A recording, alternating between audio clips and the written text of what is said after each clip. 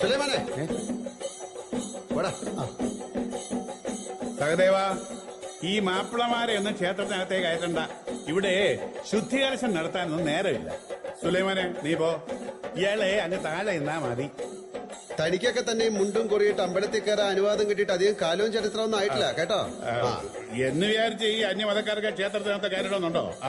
അതെ, ഈ ദേവന് ചാർത്താനായിട്ട് തമിഴ്നാട്ടിൽ നിന്ന് കൊണ്ടുവരുന്ന പൂവ് ദേ പുറത്ത് ഇവന്റെ കടയിലെത്തുന്നവരെ ഏതൊക്കെ മതക്കാരുടെ കൈതൊട്ട് അശുദ്ധമാക്കിയിട്ടുണ്ടെന്ന് തനിക്ക് പറയാൻ പറ്റുമോ? ആദ്യം തന്റെയൊക്കെ മനസ്സിലാവും ഒരു ശുദ്ധി കലശം നടത്തേണ്ട. സഹദേവ, തന്റെ ഈ വാക്കും തോക്കും ഒക്കെ അങ്ങ് പട്ടാളത്തിൽ എടുത്താൽ മതി. ഈ അമ്പലത്തിനകത്തെ ചില ചിട്ടാനുഷ്ഠാനങ്ങളൊക്കെ ഉണ്ട്, അതനുസരിച്ച് അങ്ങ് നടന്നാ മതി. എന്നാലേ താൻ പോയിട്ട് ആദ്യ ശബരിമലയെന്ന് ആ ബാബരി സ്വാമി ഇറക്കി വിടും. എന്നിട്ട് ശാർക്കര ക്ഷേത്രത്തില് നമ്മുടെ പ്രേംനസീർ ഇറക്കി കൊടുത്ത് ആ ആനയെ തിരിച്ചു കൊടുക്കാൻ പറ. എന്റെ ബാപ്പാന്റെ കാര്യം കൂടി. അത് ശരിയാണല്ലോ. വർഷങ്ങളായിട്ട് നമ്മുടെ ദേവന്റെ തിടമ്പേറ്റുന്ന കൂമുള്ളി മനക്കലെ ഒരു ആന ഉണ്ടായിരുന്നല്ലോ, അതിന്റെ ഒന്നാം പാപ്പാനായിരുന്നതാരാ? ഈ നിൽക്കുന്ന സുലൈമാന്റെ ബാപ്പ ബഷീറായിരുന്നു.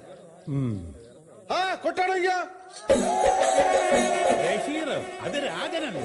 അത് മുസ്ലിയാരുടെ വിളിപ്പേര്. അതെ, അപ്പൊ പേര് മാറ്റിയാ മതിയല്ലേ? സുലൈമാൻ സുകുമാരൻ. ഇവിടെ താനീ പറയുന്ന ജാതിയും മതമൊക്കെ പ്രസവ മുറിയിൽ ഒരു നേഴ്സ് വിചാരിച്ചാൽ മാറ്റാവുന്നേ ഉള്ളൂ. അതുകൊണ്ട് താനിപ്പോ തൽക്കാലം ആരും പുറത്താക്കാൻ നിൽക്കണ്ട. ഞങ്ങൾ രണ്ടെണ്ണം അകത്താക്കാൻ പോവാ, മനസ്സിലായോ? ഇവിടെ വെടി പൊട്ടിക്കാൻ നിൽക്കണ ഇയാൾ ഇവിടെ വന്ന് നിൽക്കുക. ചെന്ന് പൊട്ടിക്കടാ. ഇവിടെ എനിക്ക് വേണ്ടി ഒരു 10 പൊട്ടിക്കോ.